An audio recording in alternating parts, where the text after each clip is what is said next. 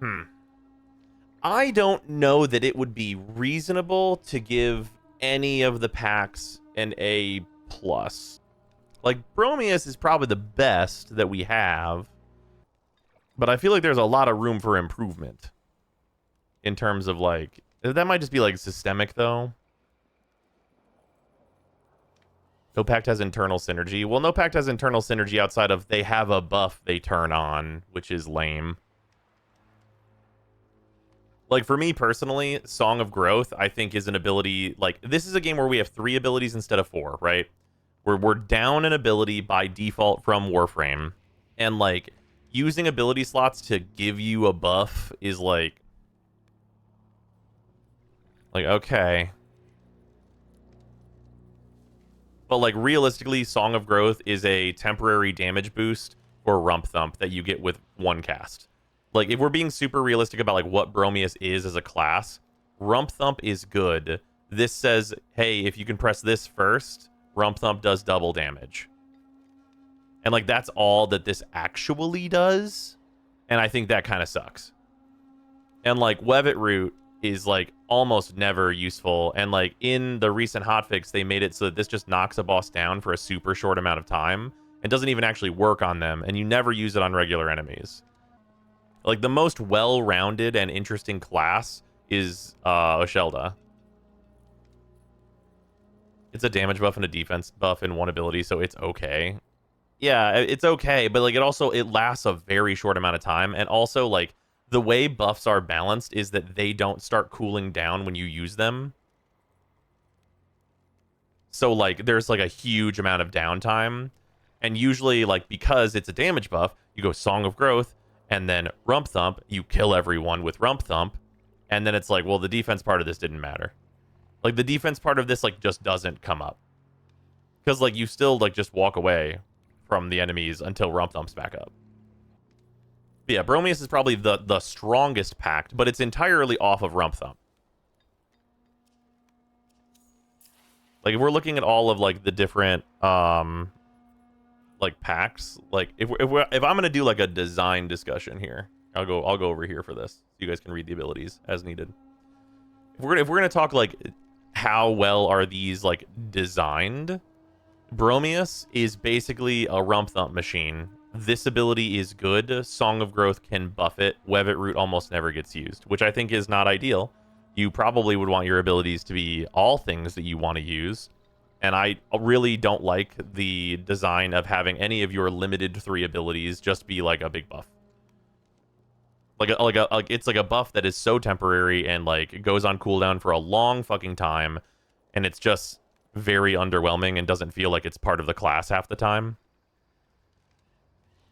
Because, like, you just have so much time where it does not do anything. Webbit Root should be an armor steal. Yeah, Webbit Root having some other thing that it does would definitely be really good. But, like, as it stands, it used to be good for stunning bosses, but now it doesn't do that. It just knocks them down for, like, barely any time at all and has the cast time of 1 trillion years.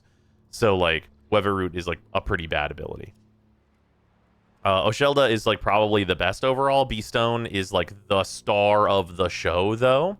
Because B-Stone freezes all the enemies and gives you, like, a big multiplier on the next hit that they take.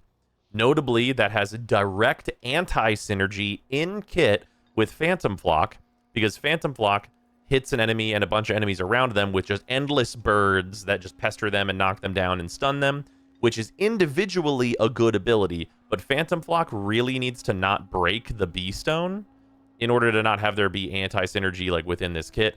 And then also, completely separately, Elder Bloom is the best heal in the game. It is the best team support ability in the entire game, which is just, like, give a bunch of health to the whole team constantly for as long as Elder Bloom lasts. Like, individually, all of these abilities are strong. There's no synergy in this, and in fact, there's anti-synergy. But in terms of, like, cohesive kit design, this is the one where it's like, well, I have a reason to use this, and I have an individual reason to use this, and I also have an individual reason to use this. Like, B-Stone is your general group clear and control. Elder Bloom is I need healing or I'm healing my team. And then Phantom Flock is this big guy needs to be pelted with 10,000 pigeons. And they're all pretty reasonable within that design. Also, yeah, Beastone has some bugs with it where, like, if an enemy is sitting in a chair for whatever reason, you can't freeze them. That stuff is like bugs. When do you use Flock? It breaks Beastone on, like, enemies that you just used Beastone on and they didn't die. Which, granted, is becoming fewer and fewer enemies. Phantom Flock is like a while Beastone's on cooldown thing, though, even though Beastone has a short cooldown. But yeah, Phantom Flock is like the least useful of this, but it is like a good ability individually. Mora's Hand. So Mora's Hand in general kind of has like a multitude of problems, mostly revolving around the numbers being pretty bad and like the core concept of the class not making a lot of sense. So Ignis Wrath, this is like a flame AoE that you put down, and it goes in kind of all directions and blows up and lights stuff on fire. It does insanely low damage, no matter how much courage you give it. Like, the damage is crazy low, and it appears to, like gain a little damage, like, the more fire goes on the enemies, but it's also a painfully short ability, so, like, it just doesn't do much. Ember is you put a buff on yourself that considers you to be on fire, which is important for one of the passives that gives you more damage while you're on fire, that this has. And what this does is if an enemy hits you, you explode and do a little bit of damage to them. Emphasis on a little bit. This ability also does not do like hardly any damage. And honestly, the buff that you get in your passives tree for being on fire with this active is not noticeable at all. Like, I have not noticed in any way it adding any significant amount of damage, even at completely max rank, to Mora's Hand. Then we have Inferno. Inferno is like actually good ability, but it's essentially Ember's 1. It is just a fireball that you cast where it's like you just use your sword, throw a fireball. The fireball does okay damage, and its cooldown is really, really low. And like the bonus damage if the target is already on fire, like getting an enemy to actually be on fire because Ignis Wrath and Ember are like very lackluster is much more difficult than it sounds. But Inferno on its own is like an okay ability. But like this is like very not, there's not a lot going on here. Like the whole thing with Ember is that it wants you to be hit. But the whole thing with getting hit in this game is if you look at like the enemies that we're fighting, if you get hit by say like Nimrod and you don't have double defense runes on your primary and secondary, you have 40% of your life remaining and you're still next to Nimrod. Like you blew up, you did 5 damage, and I'm being generous to Nimrod whenever you exploded, and now you are about to die. Like you are about to be put up on a fucking stake in the ground because you let Nimrod hit you. Like letting an enemy hit you doesn't make any sense unless you have insanely high defenses, which like Bromius can make happen under like the effect of its 3, but like Mora's Hand doesn't have anything close to that in terms of survivability, and also there's no healing in this kit. So it really does not make much sense the way it wants you to use it. Ode Tempest recently got changed, and it got changed to be downright confusing. So Atmosphere, this gives you a ton of armor, and that's good. It's basically like I'm not sure if it increases your magical defenses, and if it does, then it's basically just the exact same as Song of Growth. But against physical attacks, you like don't feel it at all whenever this is on. So the defensive part of that is good. It no longer protects you from getting just knocked down on the ground, getting stumbled and all that shit. So that's not great, but nothing protects you from that anymore since this got changed. Got nerfed super, super hard from its previous literally revenant state. Astrosphere, this used to give you voltaic damage. This doesn't anymore. This doesn't do this anymore.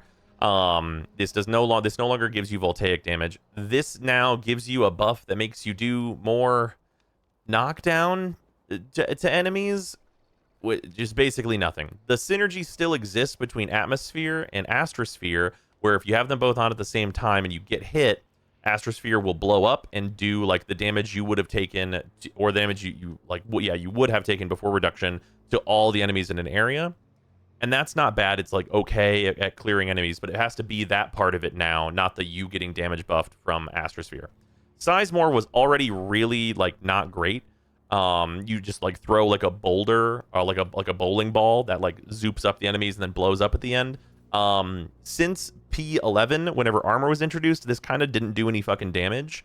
And yeah, it still does not do any damage. Just in general, like the changes to make it so Astrosphere is not a damage buff you can use, and Atmosphere is not like the best defensive ability in the game anymore, is why like O Tempest is just kind of like not accomplishing much. It's fine.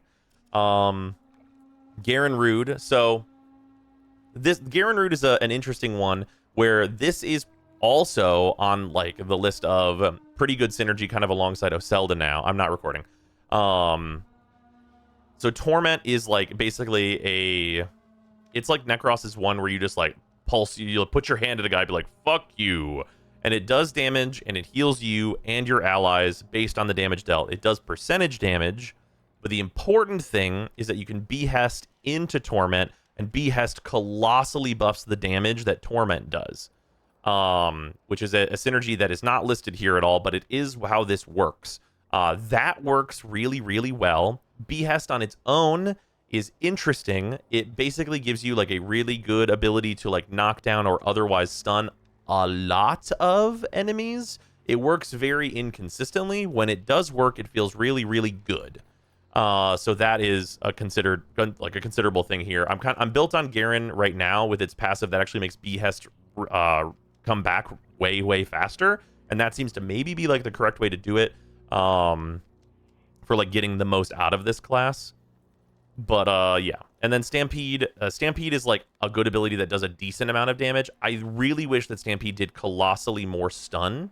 Because Stampede is like not useful at all against any kind of like a big enemy. Like if you use this on like the Nimrod boss, he just like looks at you like you're an idiot and takes like 200 damage. Which is like nothing in the grand scheme of his total amount of health. But like using Behest into Torment on him is really, really good.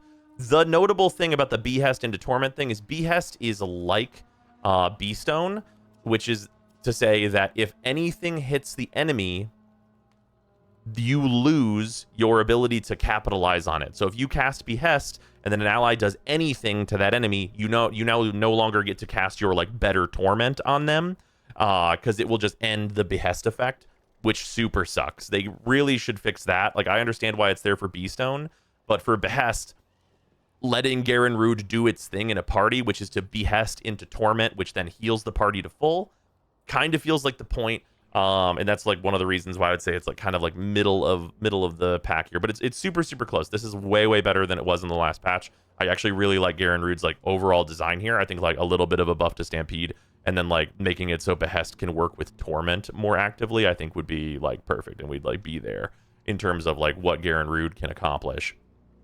And then Siren, obviously Siren is like the worst pact in the whole game. Pictrix Powder, it doesn't do what it says. Enemies are blinded. They're like hardly stunned, leaving them vulnerable to sneak attacks. No.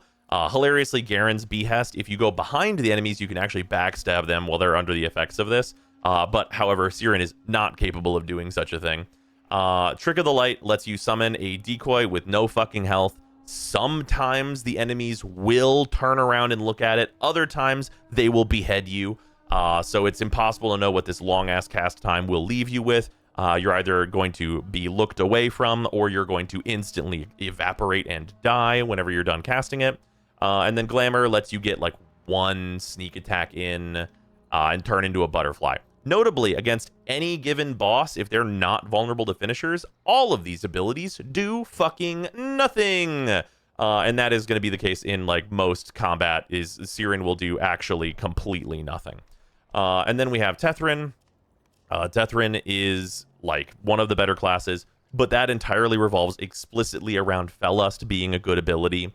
To talk about Call of the Ancients and Clash first. Clash, stagger and stun enemies within your shockwaves, increased defense against stagger. This doesn't work as far as I'm concerned. As if you get really close to an enemy, sometimes you'll be able to like knock an enemy down with this. Sometimes, but usually it never functions. And the second part of this, increased defense against stagger, I am convinced this does not work at all, mostly because almost all like the stumbles and staggers and shit that's in this game just happens to you and is not like stability doesn't help, nothing helps. You just are on the fucking floor now. Deal with it, idiot. Clash super sucks ass. Call of the Ancients is attract attention from nearby enemies, increase damage, increase defense. The increased damage, increased defense does work. They are relatively small buffs. Defensively, compared to like Bromius, it is like relatively small. And the increased damage is also like not like a huge one. Also, attracting attention from nearby enemies is directly counter to the way that Fellust wants to be used, because Fellust is a weird ability. So this is Summon the Wrath of the Felling. Consecutive melee strikes deal accumulative damage. So this is really, really good if you can do the thing that it wants you to do. Also, this doesn't do what it says. It doesn't need to be melee, just consecutive strikes. Cross the melee out. It does not need it to be melee. You can use ranged attacks with this, which is usually how it's used right now, which is weird because it means that usually Tethrin is like a bow and dagger class, which is really weird for like the warrior class to be better built that way probably. But what Fellus does is you need to hit consecutive attacks in a row, and they will do colossally more damage. We're talking like you will hit for 50, and then 400, and then 800, and then 1200, which is just colossal amounts of damage output. This allows you to just instantaneously evaporate bosses. But in terms of like overall packed design that is on display here, Fellust is the really insanely good ability, and these two abilities I wouldn't notice if they were bugged to not work at all, other than like I would stop doing the cool animation that they are. This is another case similar to Bromius where there are slots in this kit that feel totally and completely wasted. Call of the Ancients and Clash could be a cool ability, but neither of them are. They're just some buffs that are mostly fucking meaningless, and Fellust is the actually good ability in this kit. Like this is like the reason it is like top 3 in the game, is because right now there's a lot of going around and just doing bosses, and what Fellust allows you to do is send that boss back to spawn without fighting them, essentially. Very similar to like what Bromius does with Rump Thump. Rump Thump just kills the enemy and removes the problem, so it doesn't matter you don't use these two abilities. This ability solves everything, and that is problematic for overarching design. And then obviously there's Wild Zelda, which is just the same. Orangol is close on like what you'd kind of want from it. So Orangol's been better in the past, and they did a little bit to make it a little better now. And it's an interesting class overall. So its passives are actually important in this case. And just to mention Tethrin's passive, Conqueror passive, really good because it heals you whenever you get kills. Really good for like longevity and fighting a bunch of enemies. And like comes up whenever you're doing the Koga and stuff, and it's just like generally good for like mowing enemies down and just like using both like the regain that we get if you do get hit and take some damage, plus the kill gives you your health back pretty consistently, which is nice on Tethrin, and worth pointing out that Conqueror works well on that class. Orangol similarly gives you damage based on number of allies, and it gives your allies damage too based on number of allies. With that, it has Pack Hunter that allows you to summon wolves. Now, in previous patches, the way the wolves have worked has been really, really good, which is to say that the wolves were functionally pretty much invincible. I actually did not know they could die until last Preludes, whenever they started dying, whenever armor and stuff got introduced and enemy damage got way higher. As far as I can tell, the wolves don't have armor stats at all, which causes them at like kind of highish level to start dying in like 2 hits. They just die right away. The wolves do not a ton of damage, but a lot of stagger damage, and are really, really good distractions for enemies, allowing you to kind of just do what you want on the battlefield. I think the change that probably really needs to happen for Pack Hunter is I think the wolves need to inherit all the armor that you as the Orangol player have, and then they probably would be good again, alongside the other change that they made to Howl. But Pack Hunter is like really close to being a good ability again. It's been a really, really good ability in the past, whenever the wolves were very survivable, but currently that is not the case, and it's making Orangol way worse because of it. Howl did get buffed. Howl will heal your dogs, which is great in a situation where healing them would matter. And Howl in general is just, it doubles your courage and gives you more smite chance. Both really good things for dealing weapon damage. It buffs your team, it buffs your wolves, it heals your wolves. Generally just the synergistic, good self-buffing ability. In general, like it is a buff for you, it's a buff for your team, it's a buff for your wolves, it heals your wolves, it is entirely internally synergistic with Pack Hunter, it's thematic, it does the whole thing, it does everything you would want it to do on a weapon, like a class that is just trying to like be supporting stuff and have like a group of like a pack, basically. Werewalker is the odd one out. Werewalker is the odd one out here, and people do gravitate towards Werewalker because currently it's like Mount Light, where you turn into a wolf. Well, you send out like a vision of a wolf, you stay where you are, and then the wolf goes. And the wolf can go faster than you can go as an envoy, and it runs to wherever after like however many seconds, like 30 seconds or whatever, and then you attack with it, and then you teleport to wherever the wolf is. And that's a thing. Like, it's slightly faster, emphasis on slightly. This does not do anything in combat. You can get like a sneak attack with it that does a pretty considerable amount of damage, but in terms of this ability like actually generally being anything, it usually is absolutely nothing and does nothing in normal combat. I would say that, yeah, when we get the real mount where we can just ride the wolf, this should be replaced with anything else. Yeah, you can kill one guy sometimes is what Werewalker does. It's movement and opener. It's not like movement though. It's like, hey, I want to skip this empty field, and it's slightly faster to skip this empty field on Werewalker than with my legs. So like the moment we get the mount, which should be faster than Werewalker by a hopefully considerable margin, there's no realistic use for this ability or reason it should be here. So hopefully it would get replaced. But Pack Hunter and Howl, like you take Pack Hunter, you take Howl, and then like you do something else here, and then this class has like a ton of potential. Orangol and Garanrud, I would say, are like about the same tier. They're like just outside the like Bromius, Oshelda, and Tethrin, which I would say make up like the top 3. But in terms of design, I think that the best designed classes are actually Garanrud, Orangol, and Oshelda. Like, even if the best classes are different than best designed, like the ones that actually have like the most good, interesting abilities that are fun to use, that have different situations to use them in, are not currently like the better ones mostly, except for Oshelda.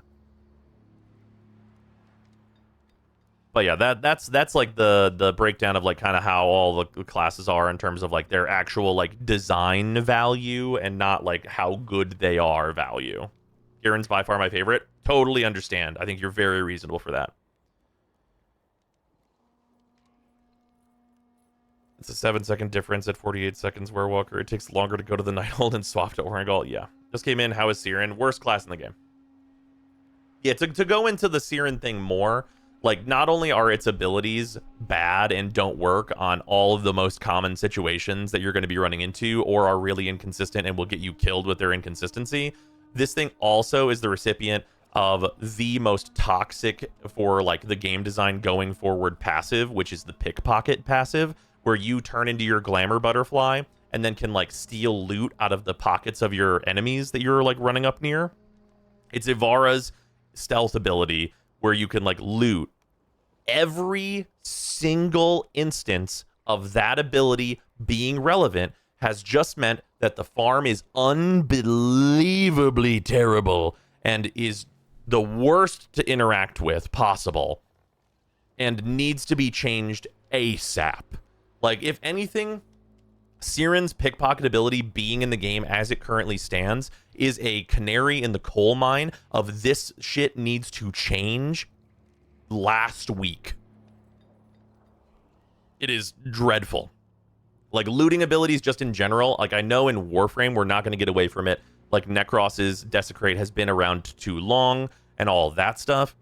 They have the opportunity. We're still in alpha. Founders barely launched. You can change Siren's passive. You can kill it before it takes root. Like, it is possible. But yeah, it is the poster child for bad design. Also, very funny. It is also the Excalibur of this game.